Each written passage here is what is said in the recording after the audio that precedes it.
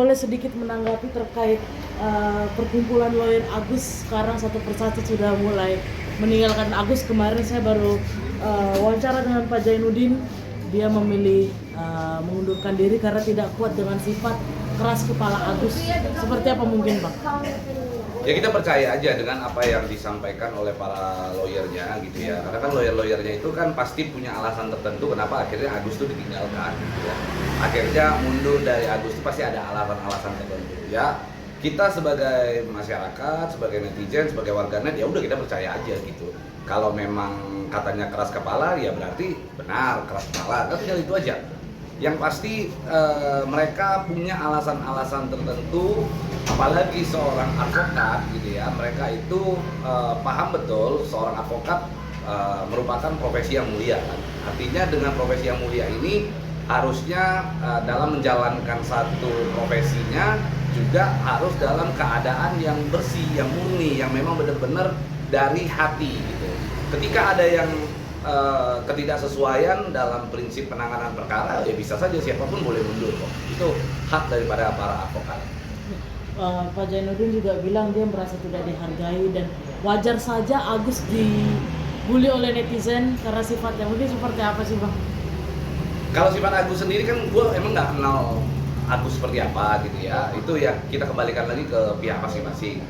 Ya bisa jadi memang itu keresahan daripada si Jainuddin kan begitu ya. Jainuddin mungkin merasa bahwa oh iya dari Agusnya keras kepala dan sebagainya, tidak memiliki kesamaan dalam prinsip penanganan perkara. Itu kan sebenarnya adalah dasar-dasar seorang lawyer menangani satu perkara kan begitu ya. Jadi kalau memang mundur ya itu haknya Jainuddin lah gitu ya. Itu biarkanlah berjalan.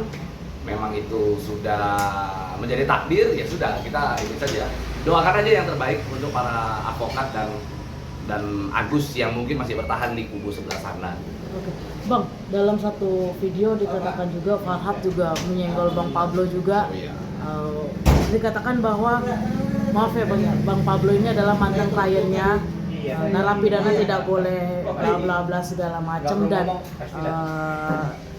mungkin seperti apa sih tanggapan apa? Gini, justru Farhad itu sedang mempermalukan dirinya sendiri. Gue udah sampaikan, Farhad itu sedang mempermalukan dirinya sendiri. Gini ya, gua dulu menjadi kliennya Farhad. Farhad itu adalah lawyer yang gagal menangani perkara gua tuh. Sehingga akhirnya gue tuh bisa jadi tersangka di dalam perkara itu kan, gitu kan.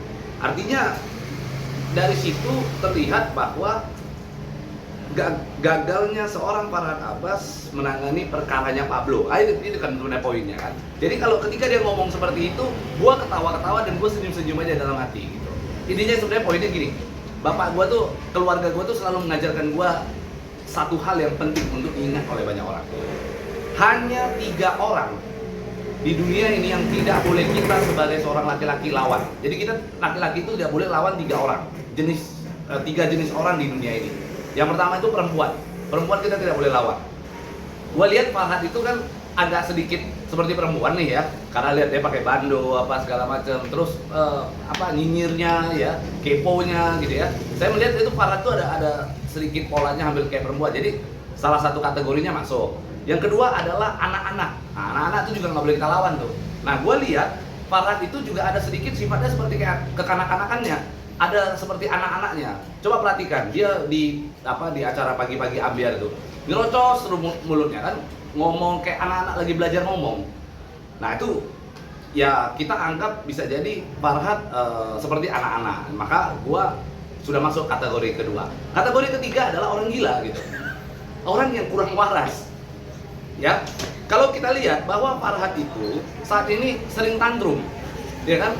Sering tantrum itu artinya ngomel-ngomel, marah-marah, semua orang dimarahin gitu. Deddy Sumargo dimarahin, si John LBF dimarahin, semua orang dimarahin. Yolo Ine dimarahin, semua orang dimarahin. Pablo dimarahin. Jadi orang yang suka marah-marah itu bisa jadi ada indikasi mengalami gangguan jiwa. Sehingga gua nggak berharap bahwa Farhad mengalami gangguan jiwa, dan gua tidak katakan bahwa Farhad mengalami gangguan jiwa. Tapi itu orang-orang sekitarnya kayak Krisnamurti kan gua kenal, si William Jai kan gua kenal. Kalian kan orang-orang dekatnya Farhad, gua kenal Farhad juga kan lama. Gua sayang sama Farhad. Tolong dong bawa Farhad dicek gitu loh. Kali aja kan ada sesuatu hal yang tidak diinginkan. Yang pasti gua berharap itu semua tidak terjadi.